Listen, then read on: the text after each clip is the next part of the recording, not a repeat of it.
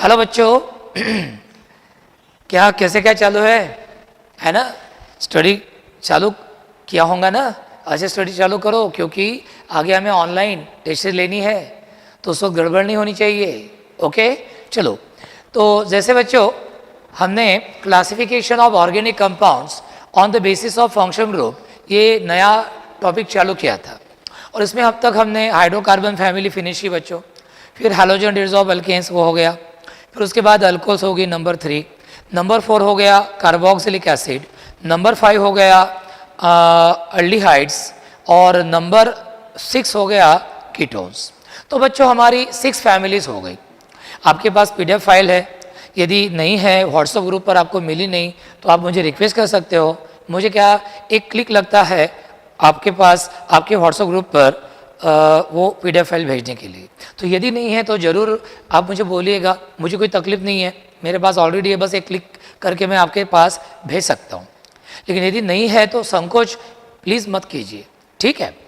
क्योंकि जो बच्चे नए ज्वाइन हुए होंगे तो शायद उनके पास नहीं होंगे, ठीक है? तो आज हम बच्चों एक और नई फैमिली देखने जा रहे हैं, और ये नई फैमिली है बच्चों नंबर 7, और इस फैमिली का जो नाम है वो है ईस्टर्स।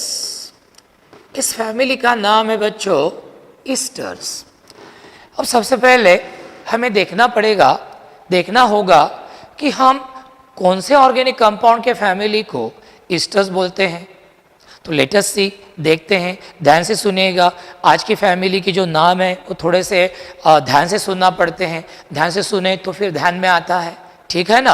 आसान है, सिर्फ ध्यान से सुनना पड़ता है ना? बहुत बार हम क्या करते हैं, ध्यान नहीं देते, इधर उधर ध्यान जाता है तो फिर प्रॉब्लम आता है। तो बिल्कुल लेक्चर देखते वक्त दूसरी तरफ कुछ भी नहीं होना चाहिए। यदि आपके पास हेडफोन है तो वो यूज़ कीजिए, तो फिर आपको बाहर की कोई बातें सुनाई नहीं देंगी, ठीक है? चलो, ज़्यादा समय नहीं गवाते और हम हमारे टॉपिक की तरफ जाते हैं। और ये हमारा आज की फैमिली है ईस्टर फैमिली। ईस्टर फैमिली हम कौन से फैमिली को बोलते हैं? जिन ऑर्गेनिक कंपाउंड्स का जनरल फार्मूला इस तरह का है, R single bond C double bond O single bond OR dash, R single bond C double bond O single bond OR dash, या simply R single bond COOR dash.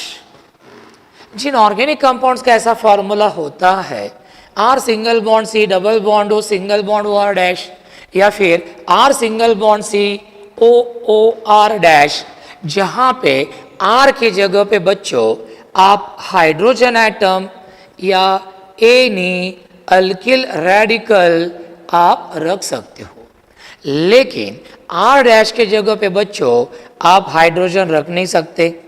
R dash cannot be equal to H। हाँ, R dash में be equal to any alkyl group. तो ऐसे जो compounds है बच्चों कि जिनका general formula R single bond C double bond O single bond OR dash ऐसा है, where R may be either hydrogen atom or any alkyl radical, and R dash cannot be H. R dash cannot be H. R dash may be any alkyl radical but not H. इस type का formula जिन organic compounds का बच्चों, ऐसे compounds को हम क्या बोलते हैं? ईस्टर्स। ऐसे कंपाउंड्स को हम क्या बोलते हैं? ईस्टर्स। सो बच्चों, हाउ यू डिफाइन ईस्टर्स? कैसे करेंगे आप ईस्टर्स को डिफाइन? लेट अस सी कैसे। The organic compounds having general formula R single bond C double bond O single bond OR dash, or R single bond COOR dash, are called as esters. In this formula, remember, R may be equal to hydrogen atom or any alkyl radical. R dash cannot be equal to H. R dash may be any alkyl radical. तो जिन organic compound का formula इस प्रकार का होता है, R single bond COR dash, उनको हम क्या बोलते हैं? ईस्टर्स। R के जगह पे अब हाइड्रोजन एटम या कोई अल्किल ग्रुप रखो, R डैश के जगह पे हाइड्रोजन नहीं चलेगा, कोई अल्किल ग्रुप चलेगा, हाइड्रोजन नहीं, क्योंकि अब हाइड्रोजन रखेंगे तो RCOH कार्बोक्सिलिक एसिड हो जाएगा बच्चों, ठीक है? चलो, तो ये हो गया ईस्टर्स के बारे में। अब हम देखते हैं इन ईस्टर्स का फंक्शन ग्रुप। ईस्टर्स का फंक्शन ग्रुप ये होता है बच्चों, ये ये आर डैश लिखते नहीं, क्योंकि आर डैश की जगह पे हर बार नया नया अल्किल ग्रुप रहेगा, है ना, फंक्शनल ग्रुप तो फिक्स चाहिए, इसलिए हम आर डैश यहाँ पे लिखते नहीं। डैश सी ओ डैश, या फिर इस तरह लिखते हैं डैश सी ओ डैश, बराबर है। मैंने आर डैश क्यों नहीं लिया बच्चों, क्योंकि आर डैश की जगह पे हर बार हर स्तर में नया अल्किल ग्रुप होगा, तो यहाँ पे मैं वो हर बार अल्किल ग्रुप लिखते जाऊंगा तो फंक्शनल ग्रुप हर बार अलग अलग लगेगा, फंक्शनल ग्रुप तो सेम दिखना चाहिए ना, इसलिए इस आर डैश को कट करते हैं और इस आर को कट करते हैं। ये जो है डैश सी डबल बॉन्ड और सिंगल बॉन्ड ओ डैश, इसको हम बोलते हैं, इस फंक्शनल ग्रुप को हम बोलते हैं स्टेरिक ग्रुप। क्या बोलते हैं इसको? Steric group. अब बच्चों सब स्टर्स में यही एक सेम फंक्शनल ग्रुप होता है, स्टेरिक ग्रुप, और इसीलिए सभी स्टर्स की केमिकल प्रॉपर्टीज भी क्या होती है? सिमिलर होती है। और इसीलिए ये जो ऑर्गेनिक कंपाउंड्स है जिनका ये फॉर्मूला है, इनकी हमने एक सेपरेट फैमिली बनाई और उसको नाम दिया ईस्टर्स, ठीक है। और इस फंक्शनल ग्रुप को हम बोलते हैं ईस्टरिक ग्रुप, और सभी ईस्टर्स में यही एक सेम फंक्शनल ग्रुप रहता है, और इसीलिए सभी ईस्टर्स की केमिकल प्रॉपर्टीज भी क्या रहती हैं? सिमिलर। चलो अब हम थोड़ा सा अगला टॉपिक देखते हैं। अगला टॉपिक है नॉमेनक्लेचर। एक एक एग्जाम्पल देखते हैं। अब देखिए RCOO R डैश ईस्टर का फॉर्मूला है। अब आपको मालूम है R के जगह पे आप क्या रख सकते हो? H, और R डैश के जगह पे क्या रख सकते हो? Alkyl group. तो पहला एग्जाम्पल हम देखते हैं। पहला एग्जाम्पल R के जगह पे रखो H, ये देखो बच्चों H रखा, सिंगल बॉन्ड CO, और R डैश के जगह पे आप H तो रख नहीं सकते, तो क्या रखा? CH3। क्या रखा? CH3, इस तरह। तो मुझे मिला H single bond CO CH3। अब इसका नाम कैसे लिखना? तो मेरा क्या कहना है बच्चों, ईस्टर के दो हिस्से करो, एक RCO ग्रुप वाला, जैसे मैंने यहाँ पे किया SCO ग्रुप वाला एक हिस्सा, और R डैश वाला दूसरा हिस्सा, R डैश वाला दूसरा हिस्सा। अब नाम कैसे लिखते हैं? सबसे पहले क्या कीजिए, R डैश के जगह पे जो अल्किल ग्रुप है, जो अल्किल ग्रुप ऑक्सीजन को अटैच है, जो अल्किल ग्रुप R डैश के जगह पे है, सबसे पहले उसका नाम लिखिए बच्चों आप। तो ये नाम लिखा मैंने मीथिल, लिखा नाम मैंने मीथिल। फिर देखो कि बचे हुए मिथिल ग्रुप छोड़ दो, फिर बचे हुए पार्ट में कितने कार्बन है रे? एक कार्बन है। कितने कार्बन है? एक। तो एक कार्बन वाले कार्बोक्सिलिक एसिड का नाम याद करो। मैंने बोला था कि कार्बोक्सिलिक एसिड जो फैमिली है बच्चों, वो बहुत अच्छे से करनी है आपको, वो स्ट्रक्चर फॉर्मूले, वो नाम बहुत आपको अच्छे से करने हैं, क्योंकि उसके जो नाम है वो बहुत सारे कंपाउंड के नाम लिखने में मददगार ठहरते हैं। तो देखिए ये मिथिल ग्रुप लिखा, मिथिल ग्रुप छोड़ दो, बचे हुए पोर्शन में कितने कार्बन है? एक। एक कार्बन वाले कार्बोक्सिलिक एसिड का क्या नाम है? Formic acid. एक कार्बन वाले कार्बोक्सिलिक एसिड का नाम क्या है? Formic acid. तो ये फॉर्मिक एसिड मिथिल के आगे लिखो, लेकिन ये एस्टर है, सो रिप्लेस इक एसिड बाय AT, और इसका नाम क्या हो गया? मिथिल फॉर्मेट। इसका नाम क्या हो गया? मिथिल फॉर्मेट। तो इस तरह इसका नाम हो गया मिथिल फॉर्मेट। चलो तो ये ध्यान में रखना, R डैश के जगह पे जो अल्किल ग्रुप है उसका नाम पहले लिखना है आपको, जैसे लिखा मैंने मिथिल। फिर उसके बाद बचे हुए पोर्शन में कितने कार्बन की चेन है? एक। तो एक कार्बन वाले एसिड का नाम याद करना, फॉर्मिक एसिड, एंड रिप्लेस इक एसिड बाय AT, तो नाम क्या हो गया? मिथिल फॉर्मेट। क्या नाम हो गया इसका? मिथिल फॉर्मेट। चलो कोई डाउट रहा है ना, तो मुझे व्हाट्सएप पर आप पूछ सकते हो, ठीक है। समझ लो, अच्छे से समझ लो। अब देखिए R के जगह पे H रखते हैं, ये देखो H single bond COO C2H5। अब देखो R डैश की जगह पे कौन सा अल्किल ग्रुप है? इथिल। तो हम नाम लिखेंगे इथिल, ठीक है, लिखा इथिल। अब बचे हुए पोर्शन में कितने कार्बन है? एक। एक कार्बन वाले एसिड का नाम क्या है? Formic acid. रिप्लेस इक एसिड बाय AT, तो नाम क्या हो गया इसका? Ethyl format. ऐसे लगता है ना कि जैसे मेरे पास फॉर्मिक एसिड था, ये देखो ये फॉर्मिक एसिड, ऐसे लगता है कि फॉर्मिक एसिड का क्या है? ये इथिल डेरिवेटिव है, तो इसका नाम हम लिखते हैं इथिल फॉर्मेट। चलो अब नंबर 3 देखते हैं। R के जगह पे रखते हैं बच्चों CH3, CH3 COO CH3। Again दो हिस्से कीजिए, आर डैश की जगह पे कौन है रे? Methyl group. लिखिए मिथिल, नाम लिख लिया मिथिल। अब बचे पार्ट में कितने कार्बन है रे? 2। 2 कार्बन वाले कार्बोक्सिलिक एसिड का नाम क्या है? Acetic acid. Replacing acid by AT, तो नाम क्या हो गया इसका? Methyl acetate. नाम क्या हो गया इसका? Methyl acetate. अब ये देखते हैं CH3 COO C2H5, इसके भी 2 हिस्से कीजिए। आर डैश की जगह पे कौन है? इथिल। बचे पोर्शन में कितने कार्बन है? 2। 2 कार्बन वाले एसिड का नाम क्या है? Acetic acid. Replacing acid by AT, तो नाम क्या हो गया इसका?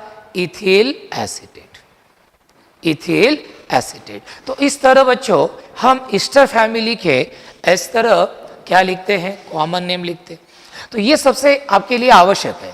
SCOCH3 Mithil formate, SCO-C2H5 ethyl formate, CH3COCH3 methyl acetate, CH3COC2H5 ethyl acetate. अब लास्ट लेते हैं 2 की हो गया। अब देखो R के जगह पे रखते हैं CH3CH2 CO और R डैश के जगह पे रखते हैं CH3। करो इसके 2 हिस्से। R डैश की जगह पे कौन है रे? मिथिल, तो नाम क्या लिखेंगे? मिथिल। अब कितने कार्बन है बचे पोर्शन में? 3। 3 कार्बन वाले एसिड का नाम क्या है? याद करो, प्रोपियोनिक एसिड। लेकिन ईस्टर है, so replacing acid by AT, तो नाम क्या हो गया इसका? मिथिल प्रोपियोनेट। क्या नाम हो गया इसका? Mithil propionate. CH3CH2 COO C2H5। अब देखो आर डैश की जगह पे कौन है? इथिल। बचे पोर्शन में कितने कार्बन है? 3। 3 कार्बन वाले एसिड का नाम propionic acid. Replacing acid by AT, तो नाम क्या बना? Ethyl propionate. बच्चों ये गिने चुने ईस्टर्स है, ये पूरे 2 साल आपको यही बार बार आपके सामने आएंगे। तो ध्यान से सुनना कि जिन ऑर्गेनिक कंपाउंड्स का फॉर्मूला इस प्रकार का होता है, R single bond C double bond O single bond OR dash, ऐसे कंपाउंड को हम बोलते हैं esters. R single bond COOR dash, जहां पे R के जगह पे आप हाइड्रोजन एटम या अल्किल ग्रुप रख सकते हो और R डैश के जगह पे सिर्फ अल्किल ग्रुप, ऐसे कंपाउंड को हम क्या बोलते हैं? ईस्टर्स। ईस्टर्स का फंक्शनल ग्रुप कौन होता है? डैश COO डैश, इसको क्या बोलते हैं? ईस्टरी ग्रुप। और सभी ईस्टर्स में यही एक सेम फंक्शनल ग्रुप होता है और इसीलिए सभी ईस्टर्स की केमिकल प्रॉपर्टीज भी क्या होती है? सिमिलर। ठीक है, अब आगे जाते हैं। ईस्टर्स के नाम कैसे लिखते हैं? आर डैश के जगह पे जो अल्किल ग्रुप है उसका नाम पहले लिखिए मिथिल। फिर बचे पोर्शन में कितने कार्बन है? 1। तो 1 कार्बन वाला एसिड का नाम फॉर्मिक एसिड, लेकिन ईस्टर है, so replacing acid by AT, methyl format.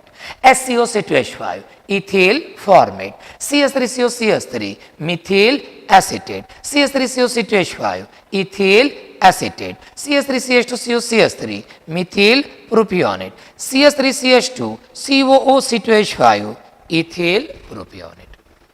तो बच्चों आपसे मेरी एक रिक्वेस्ट है कि जो आपकी नोट्स है PDF फाइल, उसमें ये चार्ट देखिएगा और ये फॉर्मूले और इनके नाम लिखने की प्रैक्टिस कीजिए।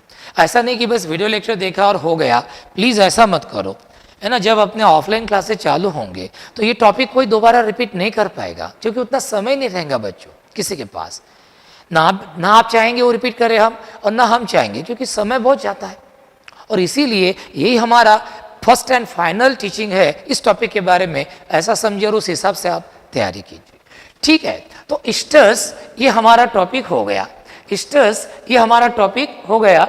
अब हम देखते हैं अगला टॉपिक, और अगला टॉपिक है एक और नई फैमिली है बच्चों, और ये नई फैमिली है कीटोन्स। कीटोन्स तो हो गई अपनी, ये नई फैमिली है ईथर्स। ये जो बच्चों नई फैमिली है, ये कौन सी फैमिली है? ईथर्स फैमिली है।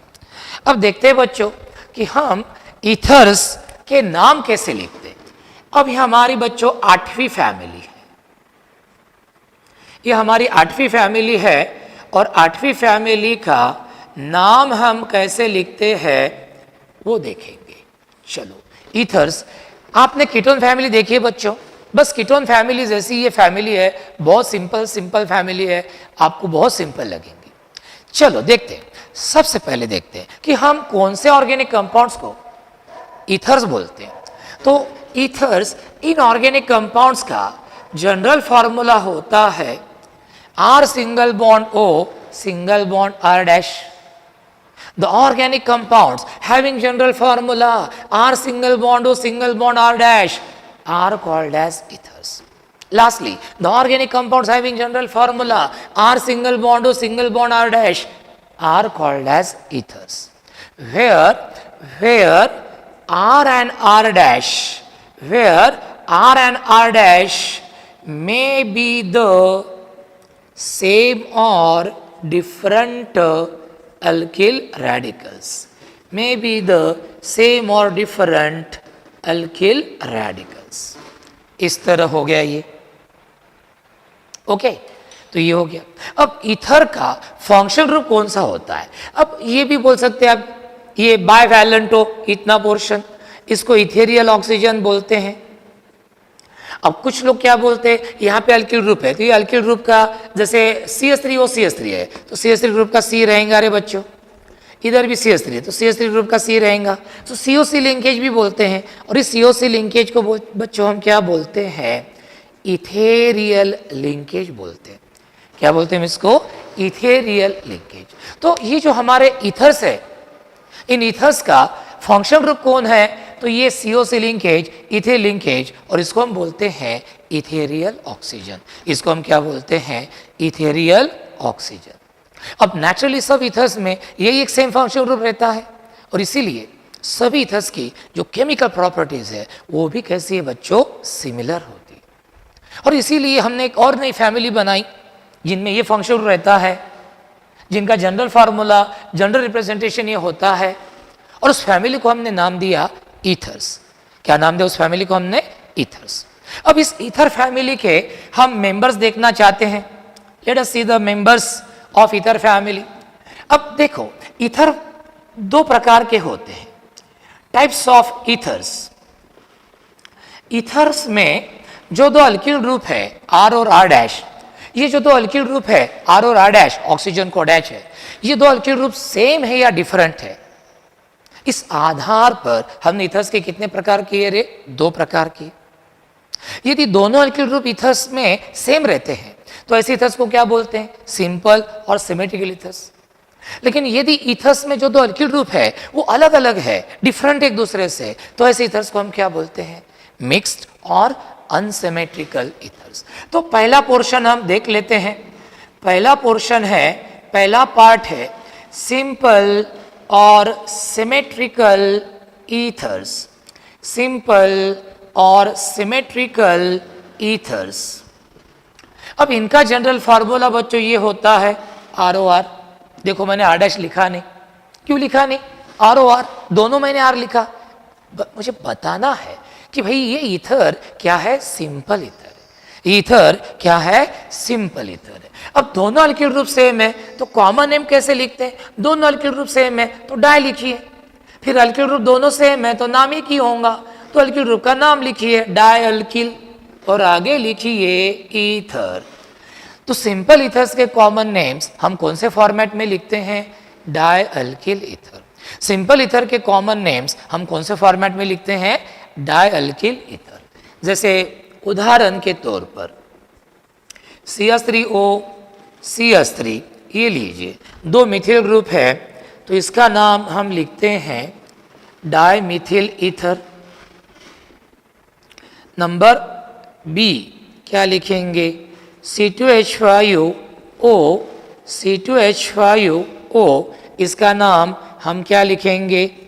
Die ethyl ether. इसी तरह बच्चों 2 N प्रोपिल ग्रुप ऑक्सीजन को अटैच रहे तो हम क्या लिखेंगे? Di n propyl ether. 2 isopropyl group attach है तो क्या लिखेंगे? Diisopropyl ether and so on.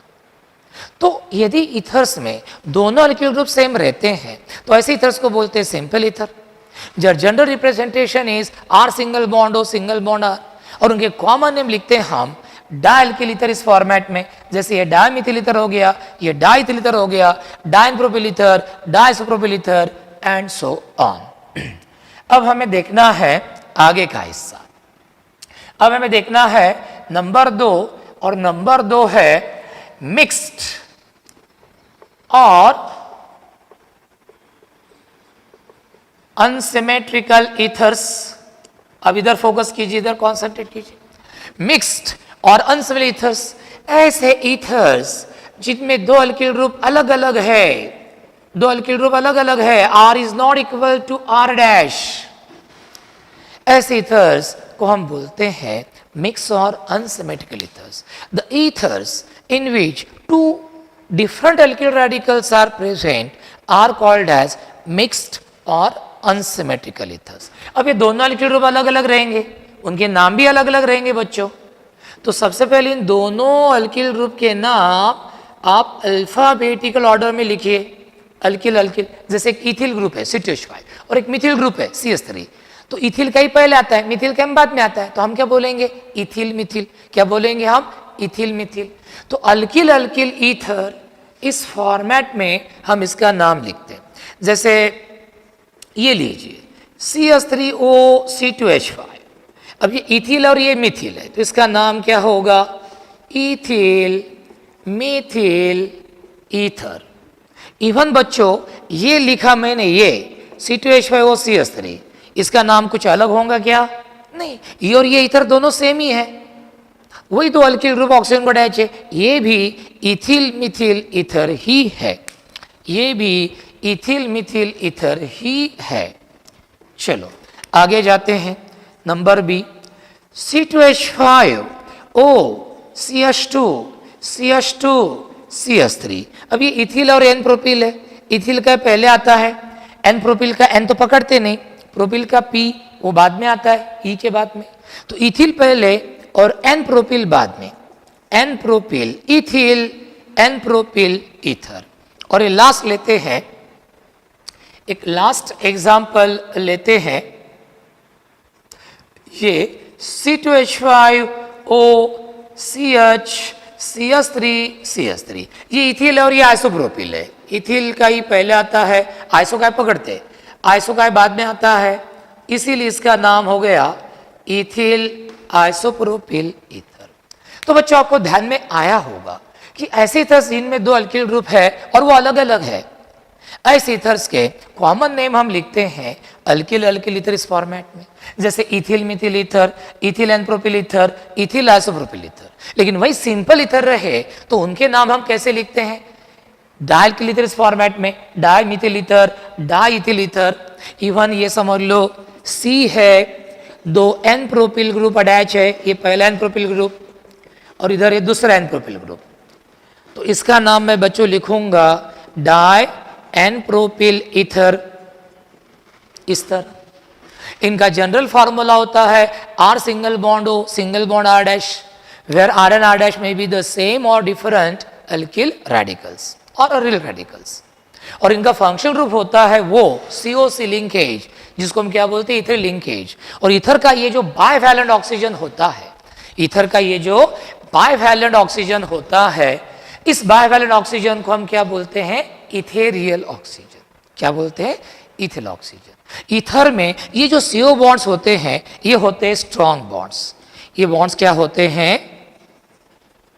Strong bonds. तो ये जल्दी ब्रेक नहीं होते, इसीलिए ईथर जल्दी किसी के साथ रिएक्ट नहीं होते। तो हम बोलते हैं कि ethers are inert in nature.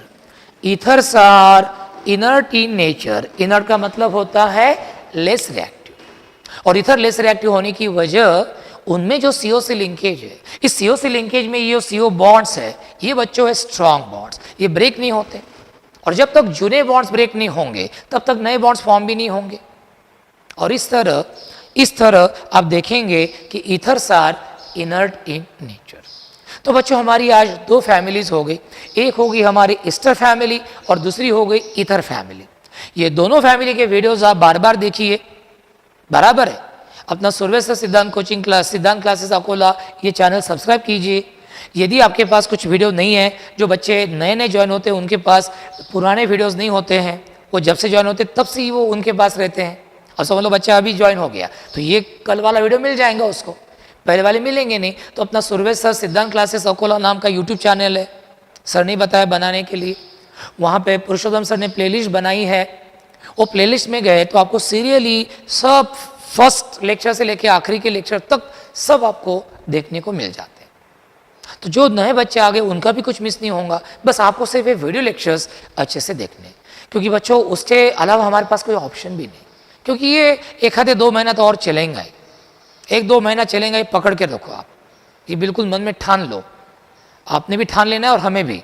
और इसलिए ये जो हम पढ़ाएंगे ये बाद में रिपीट तो होगा नहीं बच्चों, कोई नहीं कर पाएगा रिपीट। इसलिए जो आपके सामने आ रहा है वो बहुत ही क्वालिटी है और वो बहुत ही आपको अच्छे से सुनना है और अच्छे से तैयारी करना है।